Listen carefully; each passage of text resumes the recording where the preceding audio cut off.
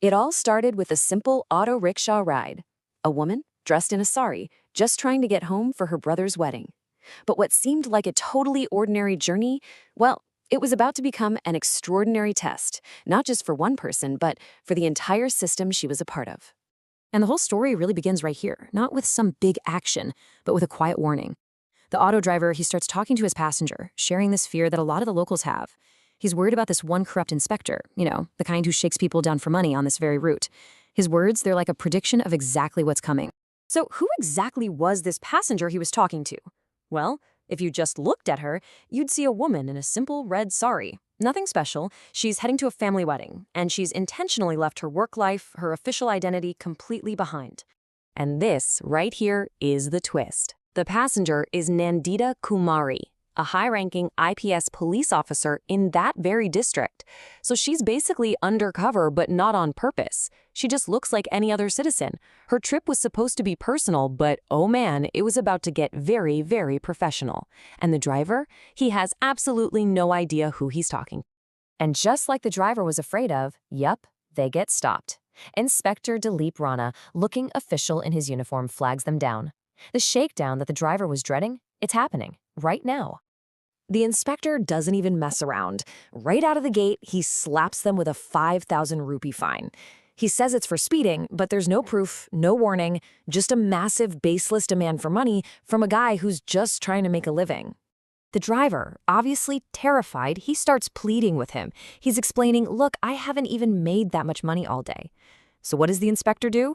He doesn't drop the fake fine. Nope. He just lowers his price to a 3,000 rupee bribe. And that's the key, right? This was never, ever about the law. It was always just about extortion. Okay, so at this point, Nandita just can't stay quiet. She calmly speaks up, pointing out that what he's doing is completely illegal.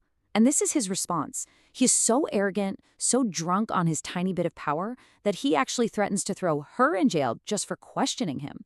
He's literally laughing at the idea that a regular citizen, and especially a woman, would have the nerve to tell him about the law. So you've got this incredible contrast going on.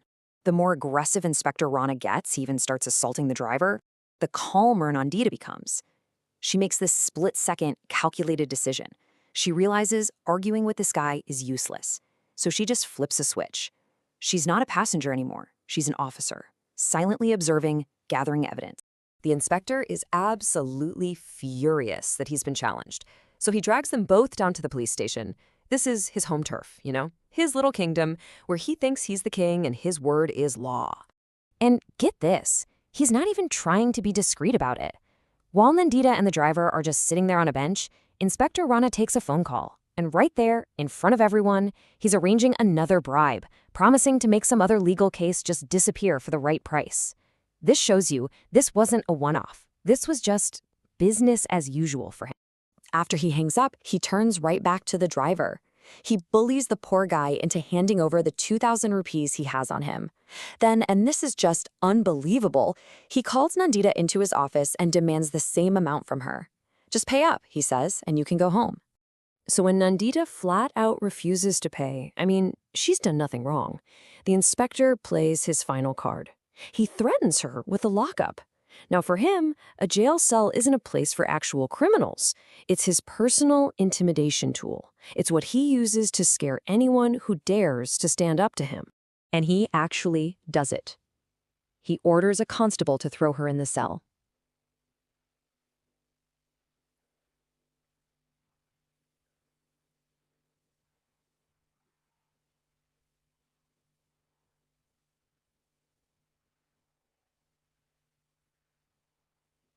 As that lockup door slams shut, you can just imagine Inspector Rana feeling pretty pleased with himself. He thinks he's won. But what he doesn't know is that the entire power dynamic in this room is about to flip, and it's gonna happen fast. So, a little while later, another official car pulls up. A much more senior officer, IAS Hitesh Kumar Meena, walks into the station. He's heard that a woman has been locked up, and he wants to see her immediately. And really, this is the one question that Inspector Rana should have been asking himself all along. Who did he really just throw in jail? The answer is so simple, so powerful, and for Inspector Rana, absolutely terrifying. The woman in the red sari is his own district's IPS officer, Nandita Kumari. The senior officer sees her in the cell and it just clicks. You can hear the shock and the fury in his voice. I mean, can you just imagine the blood draining from Inspector Rana's face in that moment? His whole world just came crashing down. All that power he was throwing around just a few minutes ago, poof, gone. Okay, so the big dramatic reveal is over, but this story is far from finished because now the official system kicks into gear. The personal drama is over and the cold, methodical process of justice begins. And now we get to see how the system is actually supposed to work when something goes wrong. This isn't just one person getting angry, it's a formal process. Reports go right up the chain of command to senior police and even the district magistrate. And here's the really important part. They bring in the vigilance department, an outside group to run the investigation. That ensures it's not just the police policing themselves. The whole system is now focused on fixing this. So, the evidence against him? I mean, it was completely overwhelming. You've got sworn testimony from both the victim and a high-ranking officer who saw everything. But it gets worse for him. When they checked the station's own records and CCTV, they found a whole pattern of him doing this to other people. Every single thing he did that day just became another nail in his coffin. The end came quick. The very next morning, a whole convoy of senior officials showed up at the station, and they weren't there to talk. Inspector Dilip Rana, who used that station to terrorize people, was arrested right there, on the spot. The very law he twisted for his own benefit had finally, and completely, caught up to him. It's an incredible story, right? But it leaves you with this one big question.